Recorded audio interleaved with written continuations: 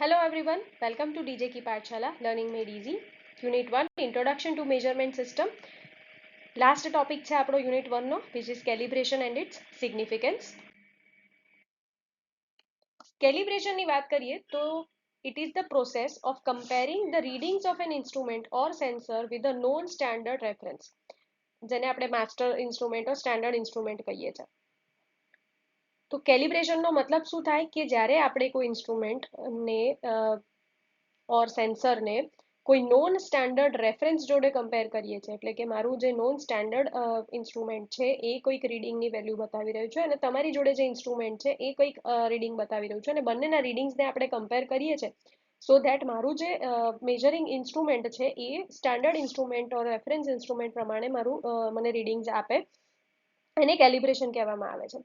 So it is the process of comparing readings of an instrument or sensor with the known standard reference and we have to adjust it. So and adjusting it if necessary to reduce the error. જો અલગ અલગ readings આવી રહ્યા છે બંનેમાં તો we will try to adjust the measuring instrument so that the error can be reduced.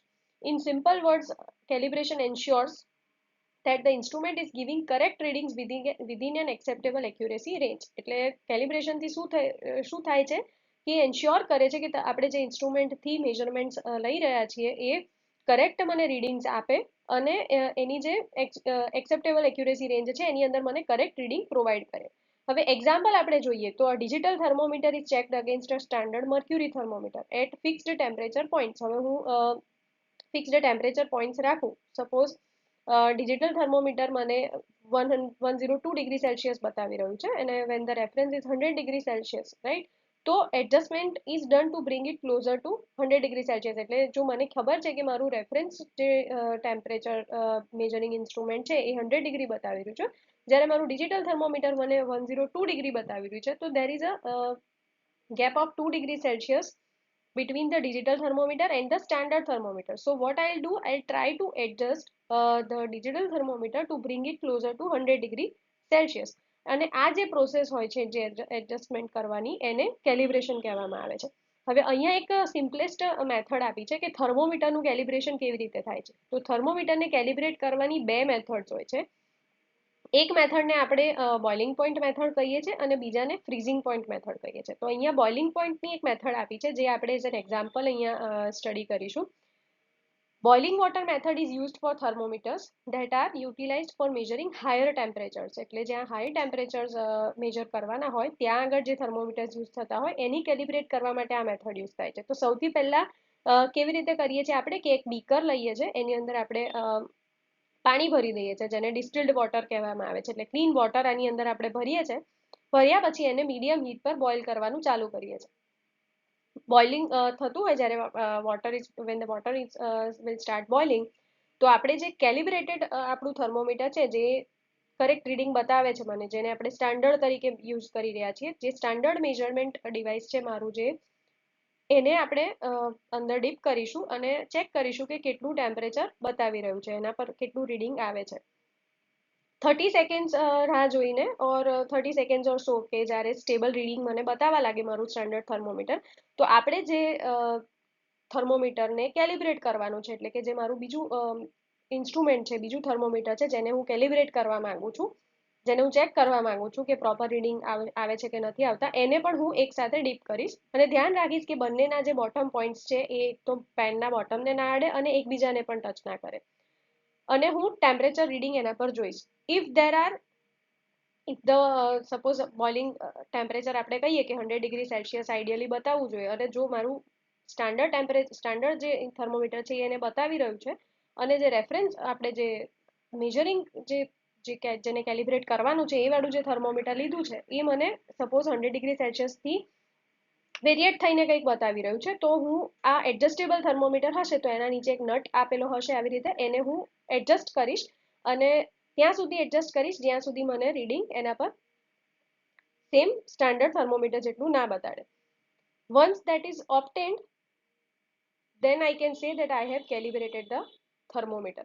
અને at least હું 2 to 3 ટાઈમ્સ આ પ્રોસેસને રિપીટ કરીશ so that I can adjust the values of the temperature that is shown for the boiling water. Suppose અહીંયા adjustable nut ના હોય તો આપણે શું કરી શકાય છે, તો આની ઓફસેટ વેલ્યુ કહેવાતું હોય છે, કે જ્યાં આગળ આપણે આટલો ડિફરન્સ આવી રહ્યો છે કે each time you are taking the reading 2 ડિગ્રીનો ડિફરન્સ આવે છે, તો we can clearly mention over the dial or over some tag કે 2 ડિગ્રીની આની અંદર એરર આવી રહી છે, સો દેટ કોઈ આપણે રીડિંગ લઈ રહ્યા હોઈએ તો આપણે હંમેશા એને 2 ડિગ્રી એમાંથી માઇનસ કરી શકીએ. સો આ રીતે એક થર્મોમીટર કેલિબ્રેશનની મેથડ છે કે જે કરવામાં આવે છે. આપણે ફ્યુચરમાં જ્યારે ઇન્સ્ટ્રુમેન્ટેશનને ડિટેલમાં ભણીશું તો ડિફરન્ટ ટાઈપ્સ ઓફ પેરામીટર્સ માટે પણ આવી કેલિબ્રેશનની મેથડ હોય છે, તો એ આપણે ડિટેલમાં જોઈશું.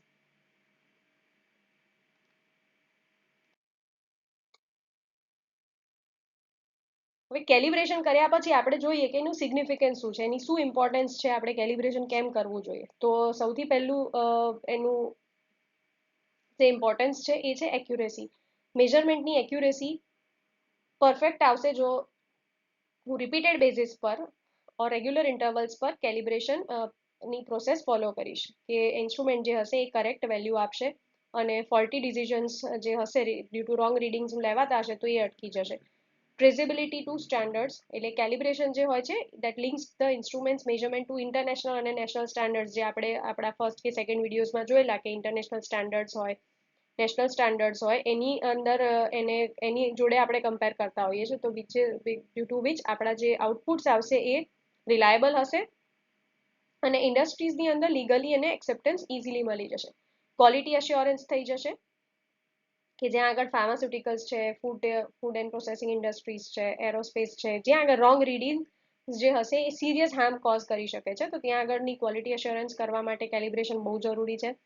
સેફટી, જો પ્રેશર સેન્સર પ્રોપરલી કેલિબ્રેટેડ નહીં હોય કેમિકલ પ્લાન્ટની અંદર, તો જો ઓવર પ્રેશરના લીધે ફેલ થઈ ગયું તો એક્સપ્લોઝન થવાના ચાન્સીસ થશે.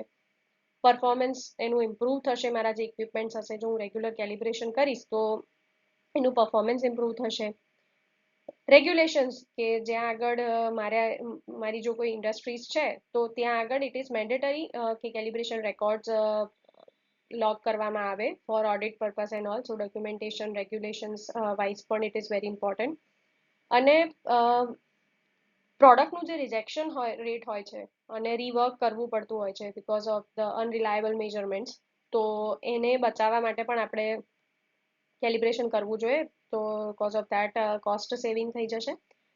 સપોઝ બીજું એક એક્ઝામ્પલ લઈએ આપણે કે કેલિબ્રેશન કોને કહેવાય, તો વેઇંગ સ્કેલ લઈ શકાય, કે સ્ટાન્ડર્ડ 100 ગ્રામનો મારી જોડે પાર્ટ છે કે વેટ છે, તો હું એને સ્કેલ પર મૂકીશ, જો એ 98 ગ્રામ બતાવશે તો I will have to calibrate it until it reads 100 gram. So after calibration it will give the correct results for all the weights, right? So that is how we can calibrate the weighing scale in the lab. So this is what we have discussed in unit 1. અહીંયા આપણે unit 1 ની series and કરીએ છીએ અને હવે આપણે unit 2 પર switch થઈશું. So till then, learn today, lead tomorrow. See you in the next video.